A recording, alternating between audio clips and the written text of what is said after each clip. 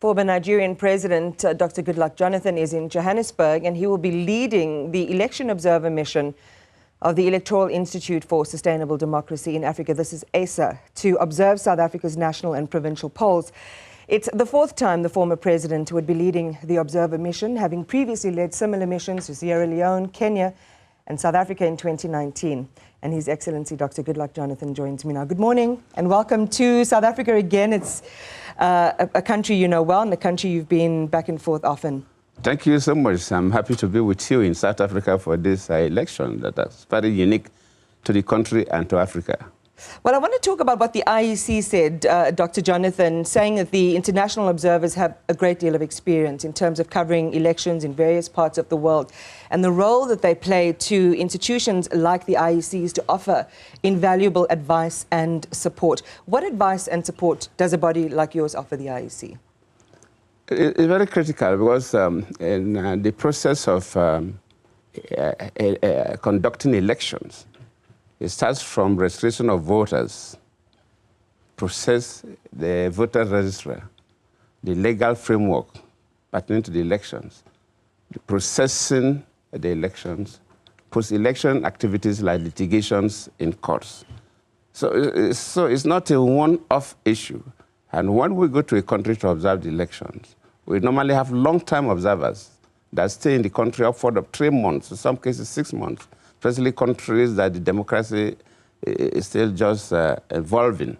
And so we look into all this and we advise where they don't meet the international best practice and where they are doing well.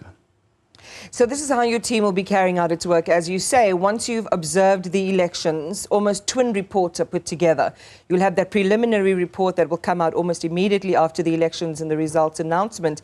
And then you have a longer-term report, which is, as you say, the benefit of looking at some of the other factors, possibly in respect of potential litigation and so on after the election. Just explain that to us in a bit more detail. Yes, mainly after the elections, like in this case of South Africa, after the general elections tomorrow, Wednesday, 2 days after, we'll issue a preliminary report. The preliminary report focuses on the election day activities. In this case, what happened on Monday for the special voting, what will happen today, the special voting, and what really happened on Wednesday. How the voting was conducted, the issue of the behavior of the security operatives that manages the election, the IEC officers that process and manage the elections, the voters' behavior, and the processing of the data. And so if we feel that they deviate from the normal, we can detect, we can see those things. So the preliminary report focuses on that, though sometimes we go into a little more about the legal framework and other issues. But the main report will now accommodate all the issues that the long-term observers must have observed, including how voters were registered. In this case of South Africa, you know, you do the registration, a continuous registration process and so on. There are some countries that do registration after every 2 years, every 4 years. And sometimes some parts of the country are not properly covered, and we pick those issues and we admonish that. So make sure that every citizen of the country is registered. We don't have that in South Africa. So to you, it sounds strange. But there are some countries that some parts of the country don't really get properly covered during the registration processes. So I want to quickly go back to the issue you mentioned, and this is in respect to the special voting, and I was talking about that with our reporter just a moment ago. 100 polling stations couldn't open for one reason or another on time yesterday. How does an incident like that get treated by your team? I mean, was there a discussion yesterday? Would there be a discussion today? How do you begin your incremental evaluations? For the special voting, first and foremost, before we go into the challenges that the IEC faced, let us commend South Africa and the Electoral Commission for this special voting. Most countries don't have this special voting. So those who work on election day, including security and election management officials that are posted to areas other than the areas the registered don't even vote. And so some countries, upward of close to 1 million people don't vote on election days because of that. But South African special voting accommodates everybody, including the sick as you go to the houses. So that is something that other countries must learn from South Africa.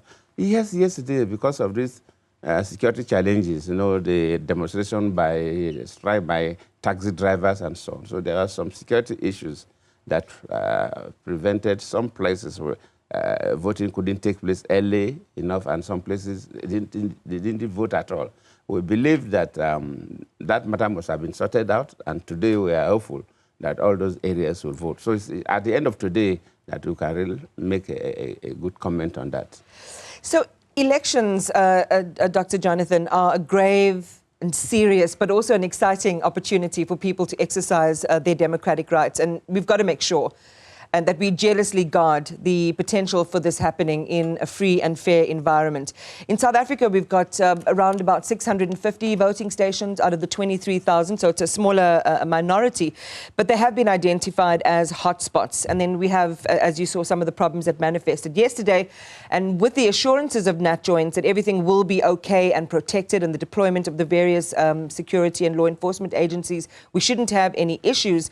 But how does this factor into your observer plan? And when you have a complaint, for example, what kind of investigative process does an organization, an observer mission like ASA, undertake to verify information and build the accurate picture? Thank you so much. I believe, because West Africa, over the past 30 years of practicing democracy, have developed a strong democratic culture. And it's one of the African countries that have been able to maintain democracy, unbroken democracy for 30 years, which you must commend the country. The South Africans have embraced democratic practice. What you notice in other countries about misbehavior at the polling station, ballot box snatching, and those kind of stuff, it's not very common in South Africa. I really admire the culture, the democratic culture, not just about those who manage the elections, but the citizens, the ordinary voters. In terms of the voting culture, it's quite, the standard is high. So I'm not too afraid about those issues you raised. Yes, there were gray areas. There are flashpoints raised yesterday, but I have the confidence that the security and the Electoral Commission will manage the situations, and voting will go on very well. But for us as observers, one of the key things that immediately we arrive, and that's why for every observation mission, they use very senior citizens to lead. That's why they took me as a former president of Nigeria to lead the ISA team, because it's easier for me to penetrate anywhere we want to get some information, including seeing Mr. President. So if we notice something that relates with security, we get in touch with the heads of security agencies. If it is something that has to do with the Electoral Commission, the Electoral Commission of the Independent Electoral Commission, we get in touch with the leadership of the Electoral Commission. So do you have a big contact book? You know, everybody we have their contacts. Yeah. We have. The Secretariat have the contacts of all the key stakeholders. Right.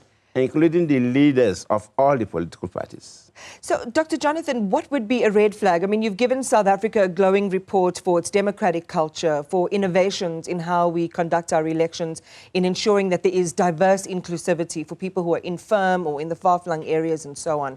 What would be, because every election is different, and we'll talk maybe if there's time around the intense contestation in this election. We've got so many more independent candidates, so many more political parties that are now taking part. So the contestation is fierce. What are some of the red flags that you would start to worry about? We're not too worried, but I agree with you totally that every election is different. And that this particular election is slightly different from 2019. We have more political parties involved in the election.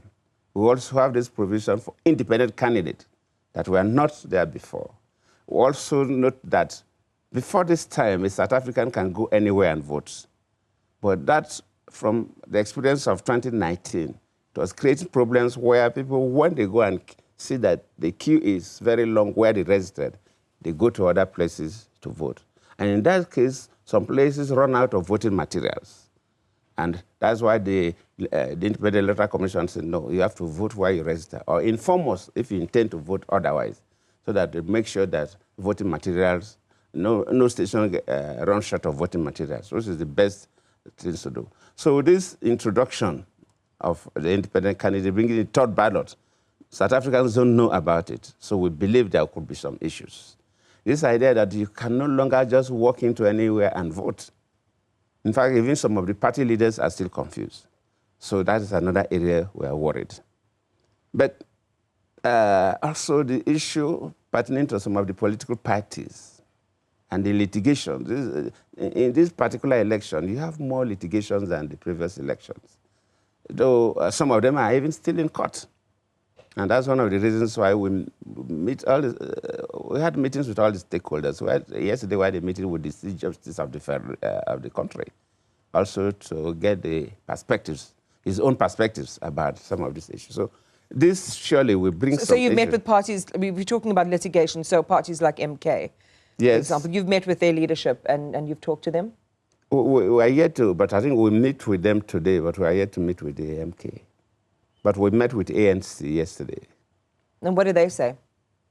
Of course, they are ready for the election. Of course, political parties, when we meet political parties, it's for different analysis. We always want to know what worries them about the elections. And for them, of course, they are the ruling party anyway. So they feel that the ground is okay, it's level for everybody, and they are ready for the election. Yeah, maybe we should get you back tomorrow after you've spoken to MK to hear what they shared with you. I want to pivot slightly, Dr. Jonathan, and talk about, well, before we actually move, this must be a special moment for you, witnessing us celebrate our 30-year anniversary of democracy. Let me really congratulate South Africans, because pure democratic governance and elections and governance started in 1994. This is 30 years, unbroken 30 years. It's rare in Africa. You see, we have this kind of democracy, very briefly. You practice democracy for some years, military intervention, you practice democracy again. But now for 30 solid years, and a country that was under a restricted rule, now migrated to democracy and able to maintain for 30 solid, unbroken years. We have to commend all of you South Africans for that. I want to talk about your work at the Goodluck Jonathan Foundation, which focuses on democracy and peace building and so on across the African continent. And it's happening at arguably, a time where many countries across the African continent don't enjoy those provisions. Democracy is being laid to waste across the African continent. We think about ongoing coups d'etat. We think about human tragedies through civil conflict. We speak to activists all the time, like MSF in Sudan, looking at the humanitarian disaster that's unfolding there. Changes of government, how a lot of, some heads of state want to evade the time limits on their terms of office. What is your diagnosis on why African leaders are failing to do right by their people? And who do you have in mind when you answer? Well, I don't have any particular person in mind. But one thing, yes, we have challenges in terms of practice of democracy in Africa. What is within the Sahel zone? The zone I come from, the West African zone, is worse affected. We have 4 countries that are under military rule. But, of course, Sudan is in crisis. Chad, I've just handed over to civilian rule. It was under military before. But on the overall, I still say that democracy is growing and is consolidating in Africa. I always say that because of, I lectured before I got involved into politics, maybe because of the background of a teacher. A student does not need to get 100% to get A. You get 70%, you get A in most universities. Yes, we have these gray areas, but on the overall, we have other countries too that you can compare the democratic practice with the best in the world. South Africa is a good example. Botswana is a good example. Ghana is also a good example. Senegal is a good example. So we are doing well too. In fact, I used to tell people that in the 80s, if you write a book on democracy in Africa, it may not be up to 50 pages, maybe 30 pages. You can write everything you want to write. But if you want to write a book on democracy in Africa today, it will be upward of 300 pages. it shows that African countries are actually embracing democracy. We have not reached where we want to. People feel that we should move faster. We should not be too slow. Yeah. But critically, we are moving. A practice of democracy is consolidating in Africa. It may be consolidating, but, you know, citizens are still facing lived experiences that are just unconscionable and, you know, don't walk in that democratic spirit. And I'm thinking of, you know, the mass kidnapping, for example. We read with distress another mass kidnapping in your country. Yes, you see, what the key problems we have is the issue of governance, actually. People are not very comfortable with what the political leaders do after taking offices. And that is why in some countries you have this a drop in voters' turnout, which is a reaction to the expectation of people. If people struggle to go and vote, stay on queues for hours to go and vote, and at the end of the day, they don't get what they describe as dividends of democracy, there's a tendency for people, especially the younger people, to say, what am I voting for? Yeah. I'm not getting anything from voting. So the key thing is that those of us who have been elected as political leaders must try to improve the quality of life of our people. Yeah, which is why I want to end on this final point, Dr. Jonathan. Again, reading with distress, another mass kidnapping in your country, gunmen attacking remote villages in central Nigeria. 8 people were killed, 150 others kidnapped. These large-scale kidnappings for ransom are becoming more and more frequent. Since 2019, 735 mass abductions in Nigeria. And by the way, as we know, we mark this a really terrible anniversary this year, 10 years since the Chibok incident and the kidnapping of almost 300 girls. 100 of those girls remain missing until this day. And this happened while you were president in 2014. Dr. Jonathan, how do you feel about this now? And why is Nigeria's security apparatus seemingly powerless against these so-called bandits or these syndicates and these groups? Well, it's a major challenge to the country. The issue of terrorism started in Nigeria a little before I took over as the president of the country. I thought I was going to crush it. I did everything to crush it. We were actually progressing, but, well, I left office, and the whole thing continued. So, but today, the issue of kidnapping is still there. Banditry is still there. And no Nigerian leader is comfortable about it. The security operatives, too, are not comfortable about it. But I pray the country should not suffer from excessive terrorism, where you see it appears to be some internal interest and maybe some external interest. I may not see who is interested and who is not interested in this kind of interview. But Nigeria is suffering from excessive terrorism attack. And any country who goes on in that kind of, get to that level will really feel challenged. I believe we'll get over it. I wouldn't want to speak too much on that now. Probably that should be an interview on its own, because I knew what I passed through when the Chibok girls were kidnapped. And it still traumatizes me whenever that matter comes up. We're going to leave it there because we're out of time. As you say, if there's an opportunity, another time to talk about it, we can. But we thank you for being with us in our studio today. As you say, congratulating South Africa on the advent of another successful election. All of the potential problems aside, and we look forward to seeing your report at the end of these elections. And we hope, the hope of every citizen in this country is that South Africa gets a clean bill of health when it comes to this election result. During our anniversary year and the celebration of our democracy. Thank you so much for joining us this morning.